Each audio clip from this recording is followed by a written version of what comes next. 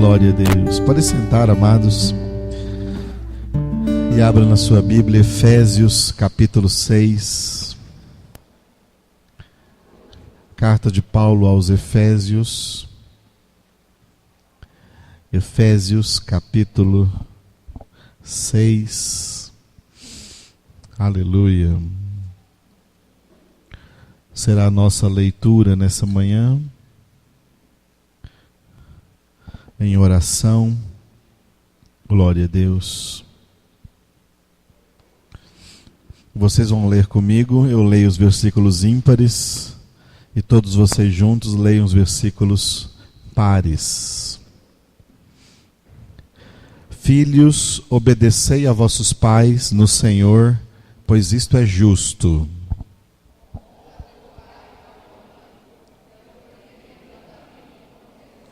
Para que te vá bem e sejas de longa vida sobre a terra.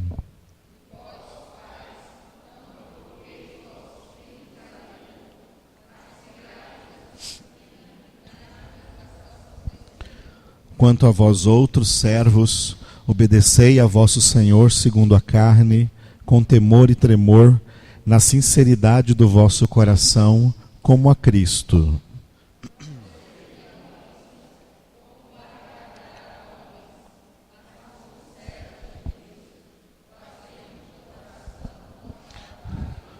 Servindo de boa vontade, como ao Senhor e não como a homens.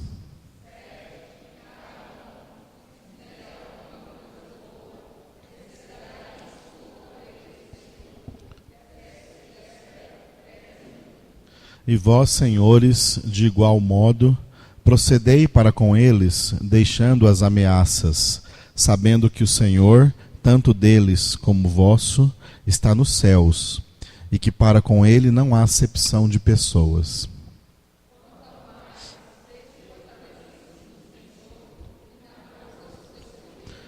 Revesti-vos de toda a armadura de Deus, para poderdes ficar firmes contra as ciladas do diabo.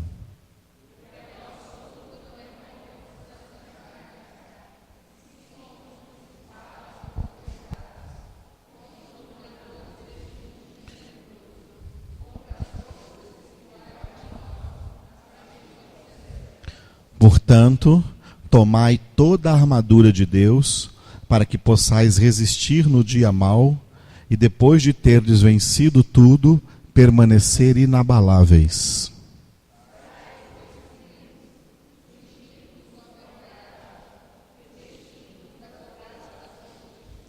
Calçai os pés com a preparação do Evangelho da paz.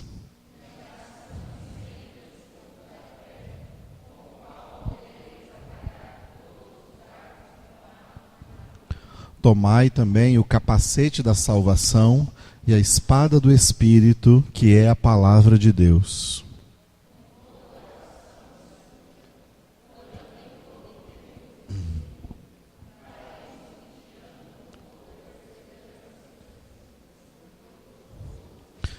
E também por mim, para que me seja dada no abrir da minha boca a palavra, para com intrepidez fazer conhecido o mistério do Evangelho.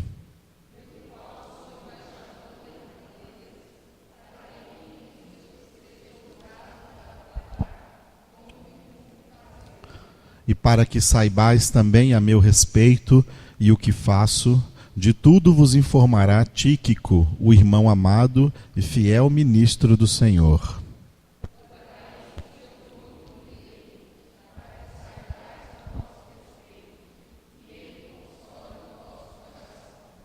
Paz seja com os irmãos e amor com fé da parte de Deus Pai e do Senhor Jesus Cristo.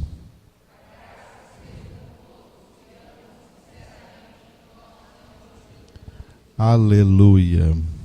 Repitam comigo o versículo 9.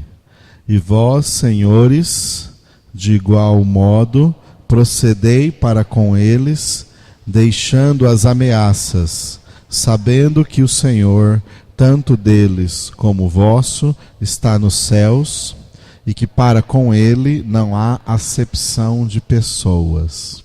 Aleluia. Quando a Bíblia fala sobre acepção de pessoas, você tem que colocar a lente da interpretação e saber quando não se faz acepção de pessoas e quando se faz acepção de pessoas. Existem as duas coisas. Porque de vez em quando aparece alguém aí só de um lado, dizendo assim, não, Deus não faz acepção de pessoas.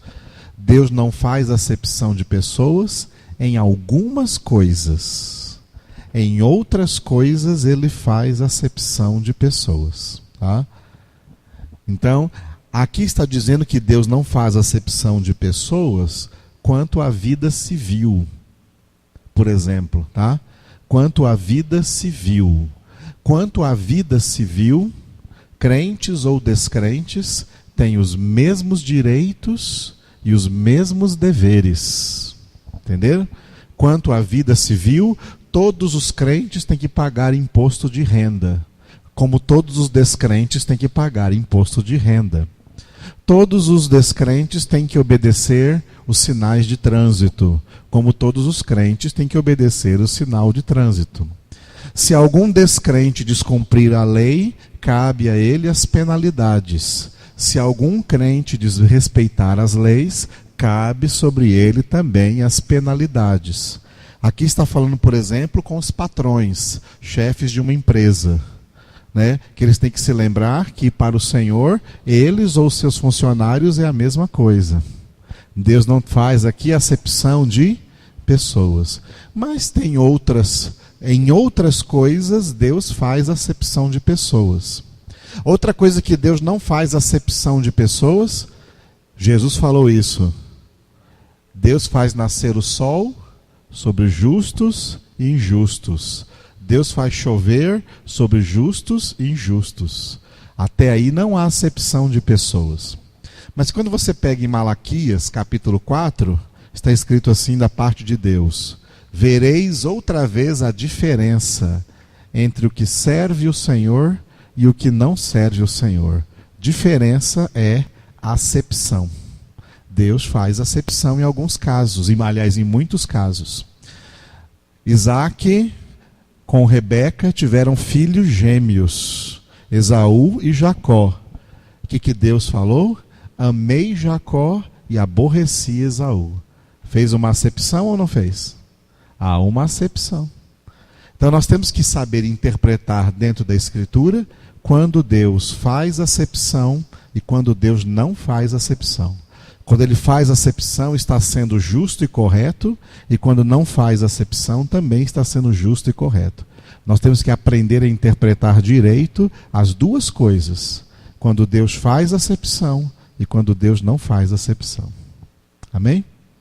Obrigado, Senhor, por essa palavra que nos alimenta nessa manhã, trazendo para nós orientação, para entendermos a maneira como o Senhor age com todos os homens em geral e também em particular com cada um.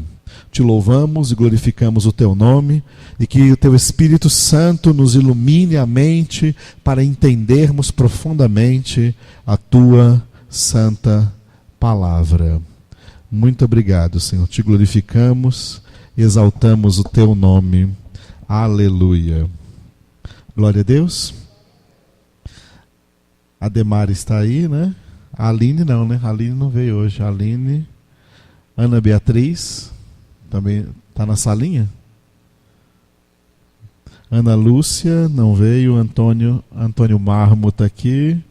Ava, não. Carlos Júnior está aqui. Cássio está ali de verde. Cláudia, Cíntia, Dilean, tá lá fora? Tá lá, chegou, tá bom. Dilean tá aí. Djalma não veio hoje. Emília veio hoje? Emília não veio hoje? Passando mal? Tá com a roupa amassada. Enivaldo, Deus cure a Emília, né? Cristina veio hoje, né? Ficou com o Davi. Ficou tomando conta do rei. Eni não veio. Fábio está aqui, né? Fabinho está aqui não? Só a Neubelane que veio? O Geraldo. Ô Geraldo, tá bom? Paz do Senhor, tudo bem? Já tem neném por lá? Ainda não, né? Tá quase?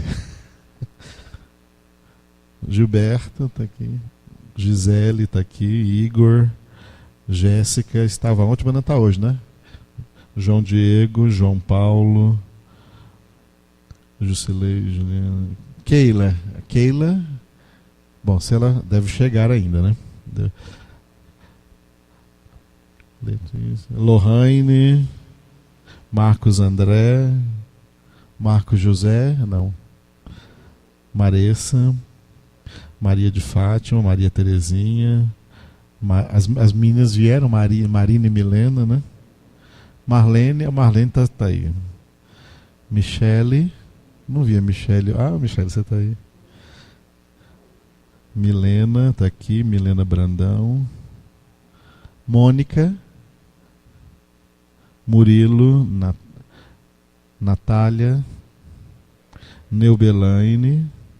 Oswaldo, Paola Fernanda, Paulo Isaac, Pedro Paulo, Ricardo. Ricardo não veio, não? Só veio o Ricardo da Rubiane. Rosângela está aqui. Rosa, Rubiane, Samara, Thalita, Ulisses, Vera Lúcia e Wander. Muito bem. Glória a Deus. Juntando quarta-feira e ontem, sábado à noite, nós falamos sobre 2 pontos importantes. Quarta-feira falamos que a palavra de Deus é eterna, a eternidade da palavra. E ontem falamos que a palavra de Deus é absoluta e não relativa. Amém? Hoje nós vamos entrar num critério muito importante para a interpretação correta da palavra de Deus. Esse critério pode ter 2 palavras que nós vamos explicar aqui: inspiração e revelação. Tá? Inspiração e revelação. Podemos dizer categoricamente que toda interpretação errada da palavra de Deus foi sem inspiração e sem revelação. Toda interpretação errada vem de ideias pessoais, ideias próprias, ideias humanas desse intérprete que interpretou errado. E podemos dizer também categoricamente que toda interpretação correta é fruto de inspiração, fruto de revelação. Esse intérprete que interpretou corretamente, como Jesus disse a Pedro em Mateus 16:17, esse intérprete não interpretou corretamente porque ele interpretou com a sua própria força. Não foi carne e sangue que te revelaram, mas meu Pai que está nos céus. Quando Jesus fez aquela pergunta em Mateus 16:15 aos discípulos: e vós, quem dizeis que eu sou? No versículo 16, Pedro respondeu: tu és o Cristo, o Filho do Deus vivo. E no versículo 17, Jesus falou: bem-aventurado é Simão Bar-Jonas, porque não foi a carne e o sangue que te revelaram, mas meu Pai que está nos céus. Já logo mais abaixo, quando Jesus falou que era necessário ir para Jerusalém e morrer, aí Pedro entrou com uma interpretação carnal, uma interpretação errada. Não, mestre, isso não te acontecerá. Aí Jesus repreendeu logo o diabo, porque toda interpretação errada é obra do diabo. Toda interpretação errada é obra do pai da mentira. O diabo adora que a palavra de Deus seja interpretada errada, porque ele sabe que se a palavra de Deus for interpretada errada, é ponto para ele. Entenderam? Se a palavra de Deus for interpretada errada, e essa interpretação danifica as almas, danifica as pessoas e torna as pessoas alvo fácil para o que ele quer fazer. Mas se a palavra for bem interpretada, então ela é espada do Espírito contra o diabo, como nós lemos hoje em Efésios 6, aí, na armadura de Deus, e ele não consegue resistir. Quando alguém sabe usar a espada do Espírito, ele tem que se afastar dessa pessoa. Como ele se afastou de Jesus na tentação, na qual Jesus se defendeu exclusivamente com a palavra. Está escrito, está escrito, está escrito. Depois de Jesus usar a palavra, o texto diz que o diabo o deixou, que o diabo se afastou dele. Aí então vieram os anjos de Deus e o serviram. Porque o diabo viu que não podia com Jesus, porque ele tinha a palavra e ele tinha a interpretação correta da palavra. Toda interpretação errada tem influência direta de Satanás. Toda interpretação correta tem influência direta, ação direta do Espírito Santo de Deus, trazendo inspiração, trazendo revelação. Aleluia. Assim como as Escrituras Sagradas foram inspiradas por Deus, reveladas pelo Espírito Santo a Moisés, desde Moisés até o apóstolo João no Apocalipse, desde Gênesis até Apocalipse, todos os escritores sagrados foram inspirados pelo Espírito Santo. Por isso a palavra que eles receberam era revelação de Deus. Toda a palavra de Deus é revelação de Deus. Da mesma maneira como eles estavam inspirados para receber a revelação, nós precisamos estar inspirados para entender a revelação e para interpretá-la de maneira correta. Amém? Vamos ver dois textos que falam sobre isso. O primeiro é segunda carta de Paulo a Timóteo. Segunda carta de Paulo a Timóteo, capítulo 3, principalmente o versículo 16, mas vamos ler do 14 ao 17. 2 Timóteo, capítulo 3, do 14 ao 17. Paulo diz a Timóteo o que Jesus fala para nós. Tu, porém, permanece naquilo que aprendeste e de que foste inteirado, sabendo de quem o aprendeste. É claro, Timóteo aprendeu de quem? Do apóstolo Paulo. E o apóstolo Paulo ensinou a Timóteo a palavra de Deus com base numa verdadeira, numa correta interpretação. Portanto, Paulo era um desses homens inspirados pelo Espírito Santo para trazer a correta revelação da palavra de Deus e sua correta interpretação. Por isso ele tem segurança para dizer isso aqui para Timóteo. Permanece naquilo que você aprendeu, porque o que você aprendeu está correto, não saia disso. E que foste inteirado. Sabe o que significa inteirado? Você aprendeu tudo, aprendeu por inteiro, não aprendeu em partes. A correta interpretação leva ao conhecimento completo, não ao conhecimento parcial. Deixa a pessoa realmente inteirada, foste inteirado, sabendo de quem o aprendeste. E que, olha que maravilha aí, entendeu? Por isso que aqui nós temos uma salinha onde ensina a palavra de Deus, a gente ensina os menininhos aí, as menininhas até desde a sua infância, como Timóteo aqui. E que desde a infância sabes as sagradas letras. Tem salinha por aí de igrejas que é só ficar cantando, fazendo teatrinho, brincadeirinha, porque criança tem que brincar e acaba não ensinando nenhuma palavra, e essas crianças crescem nas igrejas e se tornam depois os adolescentes e jovens rebeldes da igreja. Porque não aprenderam nada. Ficaram só sendo distraídas. Ninguém está aqui para ser distraído, está aqui para aprender as sagradas letras. Timóteo não começou a aprender as sagradas letras, que aqui é a palavra de Deus, depois de grande. Começou a aprender as sagradas letras desde a sua infância. Tá? Isso é muito importante. Então, Desde a infância sabes as sagradas letras, que podem tornar-te sábio para a salvação pela fé em Cristo Jesus. Aqui está um dos propósitos tremendos da palavra de Deus, nos tornar sábios para a salvação. Para a salvação se efetivar na nossa vida, precisamos de sabedoria, ser sábios.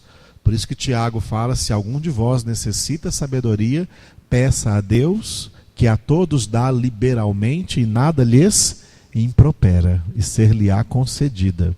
Tá? A sabedoria de Deus, a palavra de Deus, as sagradas letras, podem tornar-te sábio para a salvação pela fé em Cristo Jesus. Jesus falou, por exemplo, de uma parábola das 10 virgens. 5 foram sábias e outras 5 foram nécias. As 10 receberam a mesma coisa, as 10 eram virgens, porque as 10 estavam consagradas ao noivo. As 10 receberam a mesma lâmpada, cada uma recebeu a mesma lâmpada. A lâmpada significa a luz. A luz representa a palavra de Deus. Salmo 119, versículo 105. Lâmpada para os meus passos é a tua palavra, luz para o meu caminho. Elas receberam a palavra. Só que 5 delas interpretaram errado e 5 interpretaram corretamente. As que interpretaram errado acharam que não podiam ir mais fundo, que não precisavam ir mais buscar mais azeite, que não precisavam se fortalecer nessa palavra, que não precisavam fazer nada mais porque já tinham tudo. Mas as outras 5 interpretaram corretamente, que o que a palavra lhes deu é para que elas busquem mais ainda a face de Deus. Isso significa o buscar o azeite, buscar o real propósito de Deus. As 5 que foram sábias entraram para as bodas, entraram para a salvação. As 5 que não foram sábias perderam a salvação, não entraram para a salvação, viu? Então a palavra de Deus podem tornar-te sábio para a salvação pela fé em Cristo Jesus, se você buscar isso. Se você fizer o que Paulo diz em Filipenses 2,12, desenvolver a sua salvação com temor e tremor. Trabalhar na obra da sua salvação, operar a sua salvação com temor e tremor. O próprio Paulo falou que ele fazia isso. Em Coríntios ele fala: eu castigo o meu corpo e o reduzo à servidão, porque eu tenho medo, depois de eu ter pregado a outros, eu mesmo vir a ser desqualificado. Quem tem a Bíblia Shed, lá no rodapé está escrito assim: desqualificado significa perder a salvação, naquele texto. Ouviu? Então, as sagradas letras podem tornar-te sábio para a salvação pela fé em Cristo Jesus. Por quê? Versículo 16. Porque toda a Escritura, e entenda-se bem que toda a Escritura aqui são os 66 livros para nós hoje na igreja. Os 39 livros do Antigo Testamento, os 27 livros do Novo Testamento. Toda a Escritura é inspirada por Deus e útil para o ensino, para a repreensão, para a correção, para a educação na justiça, a fim de que o homem de Deus seja perfeito e perfeitamente habilitado para toda boa obra. Homem aqui no sentido genérico, tá? Tanto homem como mulher. Ok? Seja perfeito e perfeitamente habilitado para toda boa obra. Seja perfeito na sua santificação e perfeitamente habilitado na realização do seu ministério, porque todos nós temos o ministério de sermos sal da terra e luz do mundo. Então o versículo 16 diz, repita comigo: toda a Escritura é inspirada por Deus. Não é parte da Escritura que é inspirada por Deus, hein? Toda a Escritura é inspirada por Deus. Ontem eu falei que a Escritura, a palavra de Deus, é absoluta. Uma das seitas cristãs que relativizaram a palavra de Deus e não tem ela mais como absoluta é a seita gigantesca nesse mundo chamada catolicismo romano. O catolicismo romano é uma seita cristã, tá? Não é a igreja do Senhor Jesus Cristo. Porque a igreja do Senhor Jesus Cristo só tem uma cabeça. A cabeça é Jesus. E o catolicismo cristão não tem Jesus como a cabeça. Tem um monte de outras cabeças. Então é a besta que tem várias cabeças. O corpo de Cristo tem uma só cabeça. Dentro do catolicismo romano se prega que duas coisas acerca da Bíblia. Primeiro, que a Bíblia Sagrada não é a palavra de Deus. A Bíblia Sagrada contém a palavra de Deus. Com isso, eles estão negando o que Paulo disse aqui. Paulo diz: toda a Escritura é inspirada por Deus. Quando o catolicismo defende a ideia de que nem toda a Bíblia é palavra de Deus, mas contém a palavra de Deus, está dizendo exatamente o contrário do que Paulo disse. Está dizendo que nem toda a Escritura é inspirada por Deus. Só algumas partes da Escritura que são inspiradas por Deus. Portanto, estão nas trevas, estão no pecado, estão debaixo da ação do diabo, do pai da mentira.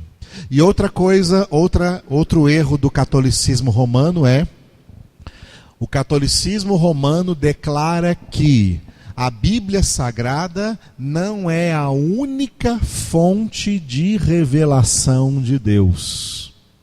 Deus tem outras fontes de revelação. E as outras duas fontes de revelação principais para o catolicismo romano se chama o magistério da igreja e a tradição da igreja. Para o catolicismo romano tem 3 fontes de revelação. E a mais confiável não é a Bíblia é a menos confiável. A mais confiável chama-se o magistério da igreja, que é as interpretações do Papa com os bispos que estão juntamente com ele, chamado lá de colégio apostólico, chamado lá então a cúpula da igreja romana. Quem forma essa cúpula é o magistério. Magistério vem de magister. Magister em latim, que em português é mestre. Eles são os mestres do catolicismo romano e é eles que ditam para os católicos o que é revelação de Deus e o que não é revelação de Deus. Coisa diabólica. Abaixo do magistério da igreja, a segunda fonte principal de revelação dos católicos chama-se a tradição da igreja. Porque o magistério da igreja que está vivo hoje, o Papa Bento XVI e o colégio apostólico dos bispos de Roma, que estão vivos hoje, tem que respeitar as tradições dos seus predecessores, daqueles que ocuparam essa posição antes deles e que já morreram. Aquilo que João Paulo II, que morreu, escreveu, o Papa Bento XVI tem que levar hoje em consideração. Isso é tradição. E assim o que vem de todos os outros papas e bispos da história, os concílios que a Igreja Católica fez durante séculos, ele tem que trazer tudo isso. Trazer, eu estou usando o verbo trazer, porque em latim o verbo trazer é o verbo tradere. Da onde vem a palavra tradição. A tradição católica para a Igreja Católica é a segunda principal fonte de revelação de Deus. E a última, em terceiro lugar, medalha de bronze, tá? A última fonte de revelação para o catolicismo romano é a Bíblia. E não é a Bíblia com 66 livros, é a Bíblia com 73 livros.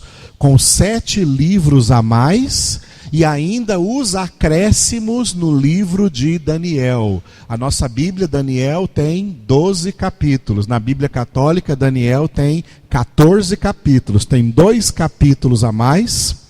Capítulo 13, história de Susana. Capítulo 14, história de um dragão chamado Bel. E o capítulo 3 de Daniel tem o acréscimo da oração que os 3 jovens oraram quando estavam dentro da fornalha ardente. Tudo isso são palavras apócrifas, não reveladas, não inspiradas, que a Igreja Católica irresponsavelmente inseriu dentro da Bíblia, e todo católico é obrigado a aceitar essas palavras e esses livros como palavra de Deus, e não são. Palavra de Deus está fechada aqui nesse cânon de 66 livros, a palavra de Deus está aqui. Eles negam que essa palavra seja toda inspirada e ainda colocam novas pretensas fontes de revelação, fontes mentirosas. É através dessas revelações que eles falam assim que Maria está no céu, coroada como rainha dos céus, que Maria intercede, que os santos intercedem, que você tem que confessar com o padre, que a hóstia e o vinho na missa se transformam no próprio corpo e sangue de Jesus, por isso tem até o feriado aí de Corpus Christi, que Maria se manifesta no mundo de várias maneiras, no Brasil como Aparecida, em Portugal como Fátima, na Itália como Lourdes, ou em na Iugoslávia como Rainha da Paz, Medjugorje, e assim por diante. Em cada lugar a mãe de Jesus está presente. Quando o Papa João Paulo veio no Brasil, o primeiro lugar que ele pregou foi em Maceió, e a pregação dele, a mensagem dele no Brasil foi essa aqui, ó: Jesus Cristo salva e Maria também. Essa igreja é uma igreja possuída pelo diabo, é uma igreja herege, é uma seita, porque negou a Cristo Jesus, traíram a Cristo Jesus, traíram a palavra de Deus, e por isso formou esse mundo aí cheio de corrupção. Pergunte para qualquer ladrão, bandido, qual é a religião dele. Desde criancinha foi batizado na Igreja Católica. Entenderam? Porque sem palavra de Deus não há santificação. É a palavra de Deus um instrumento para a nossa santificação. Toda a Escritura é inspirada por Deus. Agora vamos ver, quando alguém aí no mundo fala assim: eu não acredito em Bíblia, porque Bíblia foi escrita por homens. Realmente, Bíblia foi escrita por homens. Mas que tipo de homens e como eles escreveram? Então abra aí na sua Bíblia, na primeira carta de Pedro.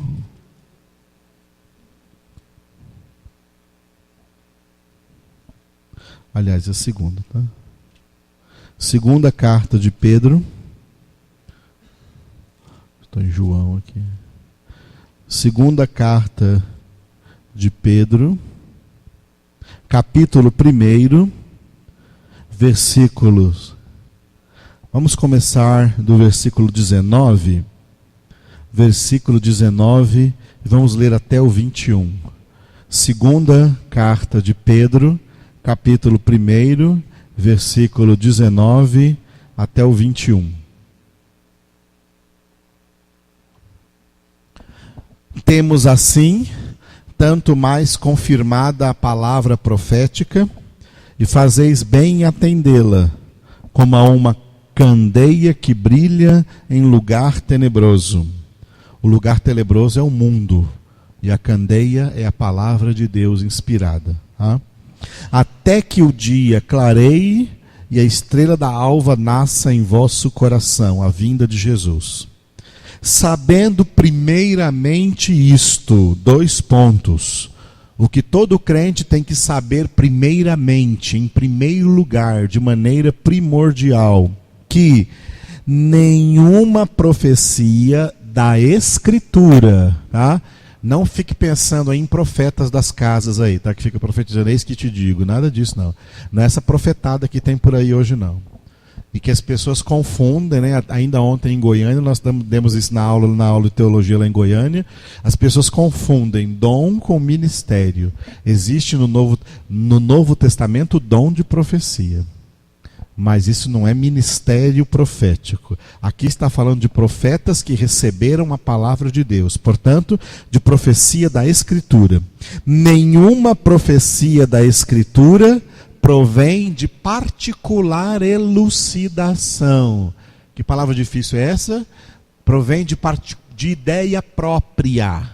Eles não escreveram da própria cabeça. Moisés não escreveu da própria cabeça. Isaías não escreveu da própria cabeça. Mateus, Paulo e o próprio Pedro aqui não estavam escrevendo da própria cabeça. Não era elucidação, luz deles. Não era, como diz aí na psicologia, insight deles mesmos. Ideias deles mesmos. Tá? Claridade deles, não era luz própria deles. Nenhuma profecia da Escritura provém de particular elucidação. Porque, aqui ele faz uma redundância, nunca, jamais. Né? Podia ser só nunca ou podia ser só jamais, mas ele coloca as duas para enfatizar. Nunca, jamais, qualquer profecia da Escritura, hein? Fora da Escritura, não é confiável. Qualquer profecia, nunca, jamais, qualquer profecia foi dada por vontade humana. Entretanto, homens santos falaram da parte de Deus, movidos pelo Espírito Santo. Foi escrita por homens a Bíblia? Foi. Mas eram homens consagrados a Deus. Não eram hereges, não eram médiums, não eram espíritas, não eram inventores de palavras, escritores que tem no mundo. Eram homens consagrados a Deus. Eram homens de Deus. Eram homens chamados, escolhidos, preparados por Deus. E o que eles falaram, não falaram da parte deles mesmos, falaram da parte de Deus. E tudo que eles falaram da parte de Deus, falaram movidos pelo Espírito Santo. Aleluia. Movidos pelo Espírito Santo, entre outras coisas, significa inspirados pelo Espírito Santo de Deus. Nós precisamos dessa mesma inspiração para entender o que foi escrito e para interpretar corretamente tudo quanto foi escrito. Precisamos também ser homens de Deus, homens e mulheres de Deus. Precisamos de consagração para ter inspiração. O que atrapalha a nossa consagração e também atrapalha a nossa inspiração? Cuidado, tá? É o nosso contato com o mundo. Esse mundo é perverso. Tá? O nosso contato com o mundo influencia negativamente a nossa consagração, influencia, portanto, negativamente a nossa inspiração. O mundo é do cão. O mundo é perverso. O príncipe desse mundo é o pai da mentira. E ele usa toda a sujeira e podridão nesse mundo para acabar com a inspiração nas nossas vidas. Infelizmente, nós temos que estar envolvidos no mundo, porque nesse sentido Deus não faz acepção de pessoas. Se Deus fizesse acepção de pessoas, então Ele nos tirava do mundo, colocava a gente numa montanha qualquer aí, onde o mundo não chega lá, e lá fica só caindo comida do céu pra gente, seria muito bom. Mas Deus não faz acepção de pessoas. Ele orou por nós ao Pai, em João capítulo 17, Ele orou: Pai, não peço que os tires do mundo, mas que os preserves do mal, os preserves do maligno.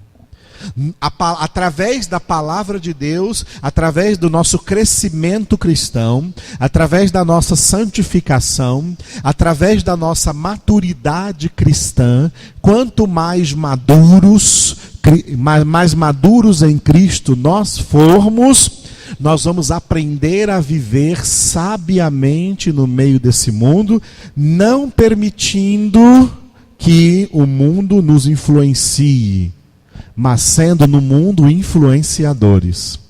Foi isso que Jesus quis dizer quando Ele disse: vós sois o sal da terra, vós sois a luz do mundo. Ou seja, vocês são influenciadores no mundo e não influenciados pelo mundo.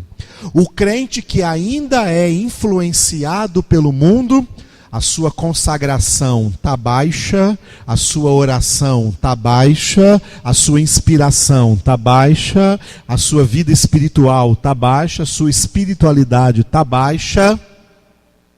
Está tudo baixo. Viu? Então ele é influenciado pelo mundo e não influencia o mundo para Cristo. Ele é influenciado para o diabo. Que pena. Só que ele tem em suas mãos toda a armadura de Deus. Só que não está usando. Está sendo negligente. Está sendo como as 5 virgens nécias, que depois de receber a palavra, não lutaram, não desenvolveram nas suas vidas esta palavra. As 5 virgens sábias desenvolveram a sua salvação e por isso entraram para as bodas do noivo. Jesus falou que para o Pai não nos tirar do mundo, mas nos preservar do mal. No mundo nós temos que estudar, não tem como fugir, viu? Crianças, jovens, adolescentes, não tem como fugir dos estudos. Você tem que estudar para se preparar profissionalmente para viver com honestidade nesse mundo, sem necessidade de estar mendigando ou roubando, porque você tem que sobreviver nessa terra. Então você tem que ter uma profissão digna. Não tem como escapar, todos nós temos que trabalhar, viu? Deus criou o homem, o trabalho não veio por causa do pecado.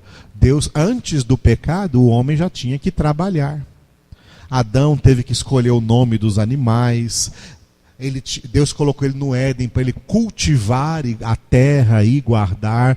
Deus criou o homem para o trabalho, para dominar a terra, para administrar a sua criação. Deus tem domínio de posse sobre toda a criação. E ele delegou ao homem domínio administrativo sobre toda a criação. E administrar toda a criação significa trabalhar com honestidade em prol de toda a criação e em prol de toda a humanidade. Nós somos dependentes uns dos outros e essa dependência produz trabalho. Então, nós obrigatoriamente estamos envolvidos com o mundo. Só que lá na escola, na faculdade, no local de trabalho, no meio de toda a sociedade, você só vai achar, na maioria esmagadora, gente ímpia, gente maldosa, gente possuída, gente movida não pelo Espírito Santo, mas gente movida por espíritos malignos, gente no pecado. Esse mundo é um mundo terrível. Por isso o apóstolo João disse, 1 João capítulo 5, versículo 19, sabemos que somos de Deus, mas o mundo inteiro jaz no maligno.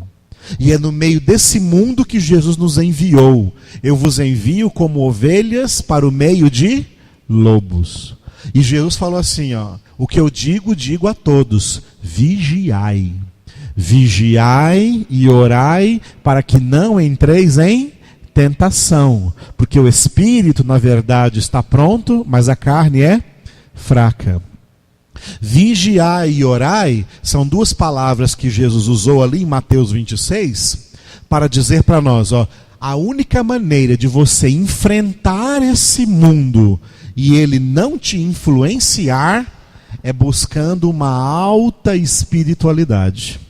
É buscando mais azeite, como fizeram as 5 virgens sábias, as 5 virgens prudentes.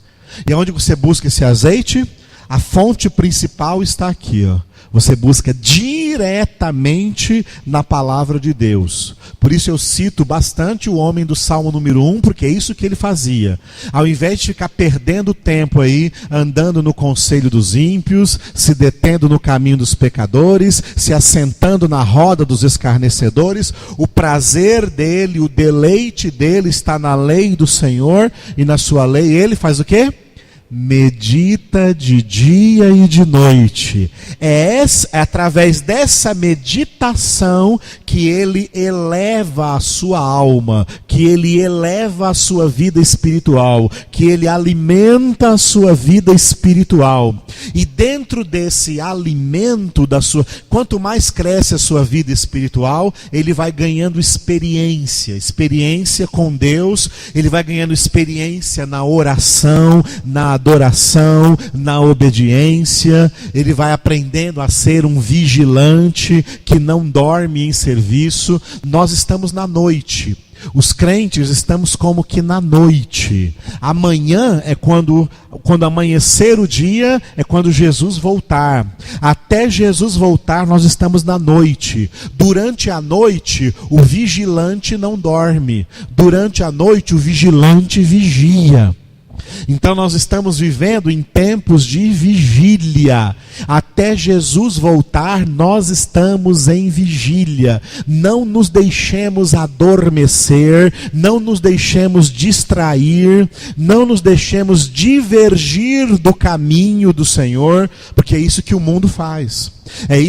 Esse é o propósito de Satanás, também através da mídia, através dos meios de manipulação aí de massa, os meios de comunicação, rádio, televisão, imprensa escrita, falada, internet e tal, todas essas diversões, todas essas coisas que são colocadas, o diabo tem um propósito de distrair você. Enquanto você está envolvido com essas coisas, você não está se alimentando da palavra de Deus, você não está se fortalecendo da palavra de Deus, e a sua espiritualidade vai gastando, a sua espiritualidade vai abaixando. Daqui a pouco você não tem mais a inspiração que precisava, nem para orar, nem para ler a palavra de Deus. Aí você vem orar, não quero, é dia de congregação, estou cansado, estou mole, não aguento, eu preciso descansar. O seu descanso, amado, chama-se Jesus. Vinde a mim e achareis descanso. Agora fique lá no seu sofá e o diabo vai embalar o seu sono. Porque você fez exatamente o que o diabo queria. Não veio buscar azeite. Não veio se alimentar, não veio se robustecer, não veio se fortalecer, não veio se revestir de toda a armadura de Deus. Como a pastora Elane fala de vez em quando, aí quando está pregando, deu mole para a carne, e aí, a carne é carnal, viu? Nós temos todos esses problemas, viu? A carne é carnal, o mundo é mundano, o diabo é diabólico, a impureza é impura, e aí desce a ladeira. Daqui a pouco você está lá no abismo de trevas, cercado por demônios, o diabo rindo da sua cara e dizendo para você é crente coisa nenhuma, eu sei muito bem quem você é. Ouviu? Você perdeu. Aí, ao invés de se humilhar diante de Deus, você se humilha diante do capeta. E se você aprender a se humilhar diante de Deus, se sujeitar a Deus, você estará resistindo o diabo e ele fugirá de você. Esse é crente de verdade, esse eu não aguento. Ouviu? Para entendermos a palavra de Deus, precisamos ser como esses homens. Homens santos. Homens consagrados a Deus. Homens que falaram da parte de Deus, e nós temos que também entender da parte de Deus o que eles falaram, o que foi revelado nas Escrituras Sagradas. Nós precisamos da revelação de Deus para entender a palavra de Deus que já foi revelada. A palavra já foi revelada, mas ainda precisamos da inspiração para entender essa revelação.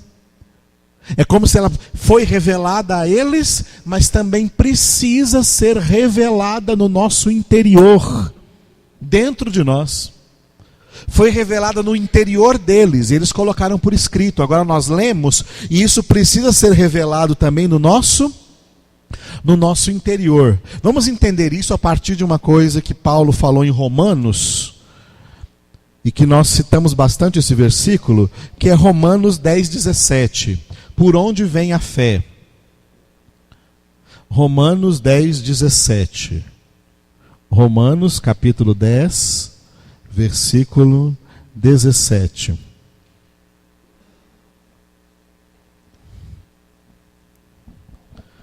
E assim a fé vem pela pregação, e a pregação pela palavra de Cristo. Ok? Mas isso funciona para todo mundo? Essa semana eu estava dando uma aula no seminário sobre uma palavra que é um conceito que veio através do movimento pentecostal. De vez em quando vocês vão me ver falando isso aqui. Ó. O movimento pentecostal foi um avivamento de Deus. Mas depois que Deus fez a obra dele, o homem fez a obra dele. O homem colocou a mão no movimento pentecostal. E onde o homem colocou a mão, ele estragou o movimento pentecostal, ele estragou o avivamento de Deus. Tem várias maneiras, um dia nós podemos fazer um estudo só sobre isso, como o homem colocou a mão no movimento pentecostal. Uma das maneiras que o homem colocou a mão no movimento pentecostal é uma palavrinha que vocês vão escrever aí chamada funcionabilidade. Funcionabilidade. O que é isso, pastor? É o seguinte: as pessoas creem assim, ó, que isso veio com o movimento pentecostal. Antes do movimento pentecostal não tinha isso no protestantismo. Tá? Faz isso que vai funcionar na sua vida. Quantas vezes você ouviu pessoas darem isso que eles chamam de testemunho? Isso não é testemunho, também é errado. Testemunho é outra coisa. Mas fala assim, eu vou dar um testemunho e tal, e se Jesus fez comigo, vai fazer também com você. Já ouviu isso? Isso chama-se funcionabilidade, ou seja, se funcionou para mim, vai funcionar também para você. Não necessariamente. Cada um de nós é uma pessoa diferente. E Deus sabe e já decidiu como agir na vida de cada um. Não é porque eu tive uma determinada experiência que todos têm que ter a mesma experiência. Isso seria... Dentro da funcionabilidade, tem outra coisa que também foi a mão do homem no movimento pentecostal, que se chama uniformidade, que é uniformizar todo mundo. Tem igrejas que uniformizam tanto que os pastores pregam tudo igual, até o sotaque de voz é o mesmo. Porque isso é uniforme, é todo mundo fazendo a mesma coisa. Paulo pega em 1 Coríntios 12 e explica: se todo o corpo fosse olho, onde estaria o ouvido? Se fosse todo o pé, onde estaria a mão? A obra de Deus não funciona de maneira uniforme. A obra de Deus se manifesta de maneira multiforme. É a multiforme graça e sabedoria de Deus. É assim que Deus age. Então o testemunho correto seria dizer: olha, Deus fez assim comigo. Agora o que Ele quer fazer com você, você tem que descobrir. Você tem que buscar. Não é a mesma coisa. Deus não anda por aí fazendo a mesma coisa. Ele nem fez a gente em série. O ser humano não é uma fabricação em série. Tudo igualzinho. Não. Cada um de nós tem uma individualidade. Cada um de nós é um. Como falavam antigamente, Deus te fez e jogou a forma fora. Para cada um foi uma forma diferente. Uma forma diferente. Colocou coisas semelhantes, colocou coisas iguais, natureza humana, mais ou menos é igual para todo mundo. No entanto, cada um é uma pessoa diferente, uma pessoa única, com características únicas, e a experiência de Deus na sua vida também é única, é para a sua vida. E a experiência de Deus na minha vida é para a minha vida. O que Deus quer fazer comigo, Ele vai fazer comigo. O que Deus quer fazer contigo, Ele vai fazer contigo. Nunca é a mesma coisa. Esse negócio da mesma coisa é que se chama funcionabilidade. Então eu fiz aquela campanha e deu certo. Pode fazer que vai dar também para todo mundo. Aí está todo mundo fazendo as mesmas campanhas para dar certo. Isso chama-se funcionabilidade.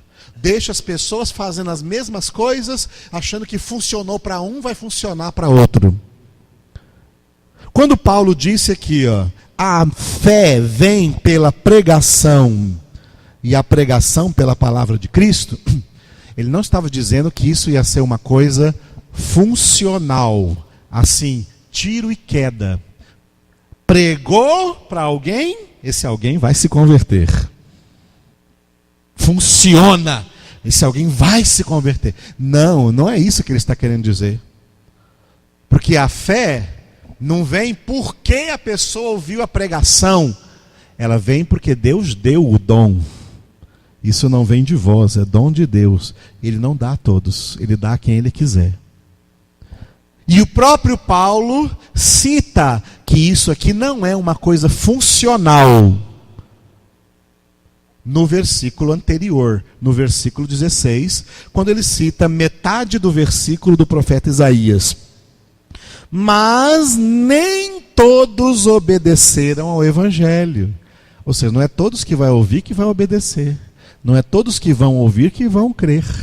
Nem todos obedeceram ao Evangelho. Pois Isaías diz em Isaías capítulo 53, versículo 1. E Paulo aqui colocou só a metade do versículo, mas eu quero usar as duas partes do versículo. Paulo colocou só Isaías 53, 1a, que diz: Senhor, quem acreditou na nossa pregação? A parte B desse versículo é: e a quem foi revelado o braço do Senhor? Não basta a pessoa ouvir uma pregação. É necessário uma coisa que nenhum pregador pode fazer, nenhuma igreja pode fazer, que ninguém pode fazer por ninguém. É necessário que Deus revele essa palavra no interior dessa pessoa. E o interior de cada pessoa é um lugar que ninguém pode entrar. Eu não posso tocar nem na alma da minha esposa, que é a pessoa mais íntima que eu tenho na face da terra. Eu não posso pôr a mão no coração dela, na alma dela. Só Deus tem acesso. Ninguém mexe no coração de ninguém. Ninguém coloca nada dentro do coração de ninguém. E ninguém tira nada de dentro do coração de ninguém. Só Deus faz isso. Porque Ele que criou a todos e tem total direito, autoridade, meios e poder de fazê-lo. Quem tem entes queridos que não é convertido aí, não gostaria de chegar e colocar Jesus lá dentro do coração dele? Mas você não pode fazer isso. Tudo que você pode e deve fazer é pregar para ele, testemunhar para ele. Agora, se Deus quiser, é Deus que vai revelar.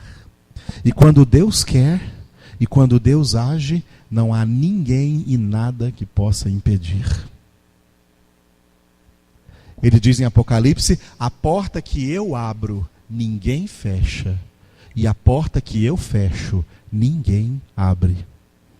Em Romanos 9 diz que Ele é quem usa de misericórdia com quem Ele quer, e Ele também endurece a quem Ele quer. Isso é propósito de Deus, isso é vontade de Deus, isso é soberania de Deus, isso é a ação poderosa de Deus.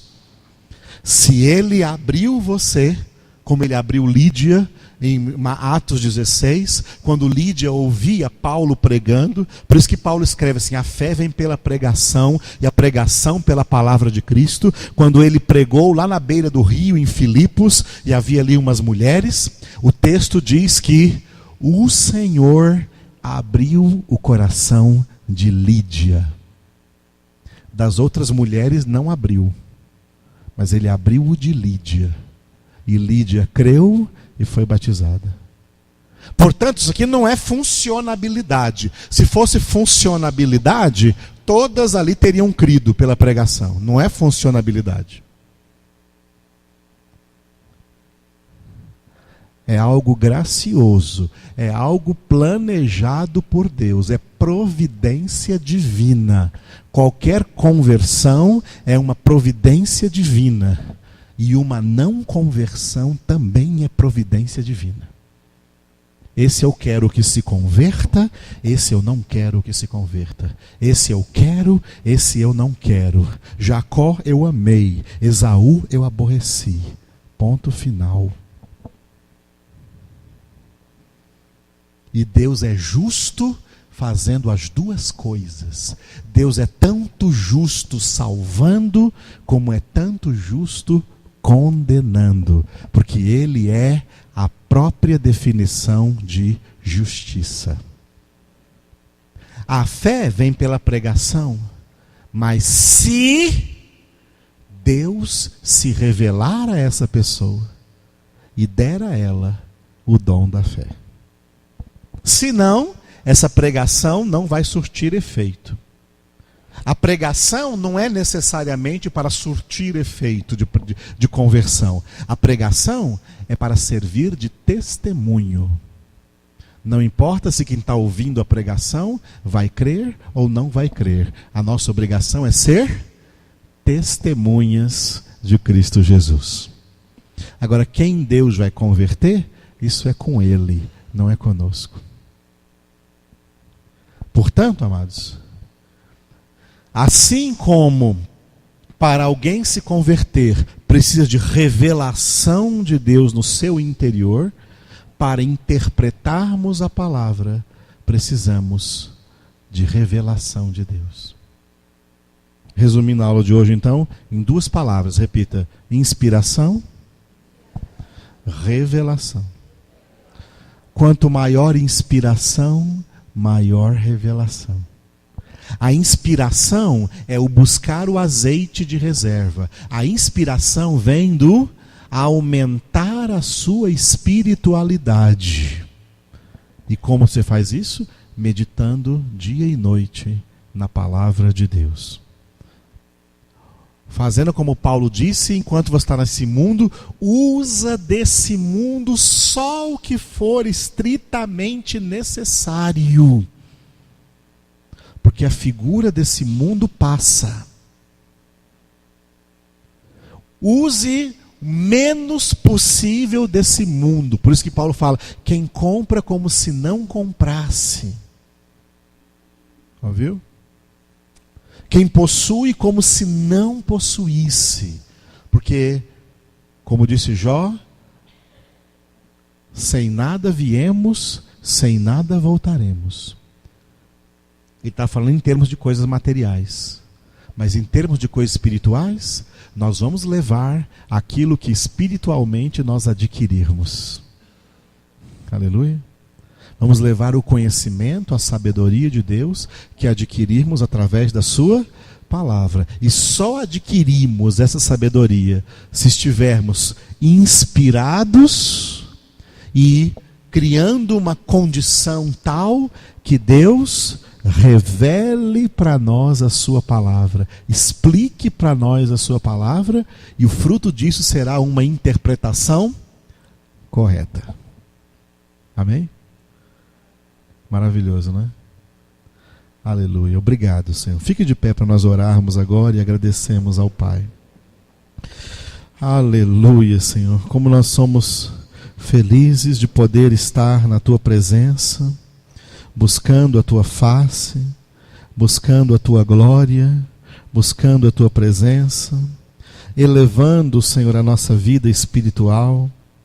Nós te pedimos, Espírito Santo, toda essa inspiração que nós precisamos para entender a Tua palavra, Senhor, para interpretá-la corretamente e assim aplicá-la corretamente em nossa própria vida e por conseguinte em nosso ministério.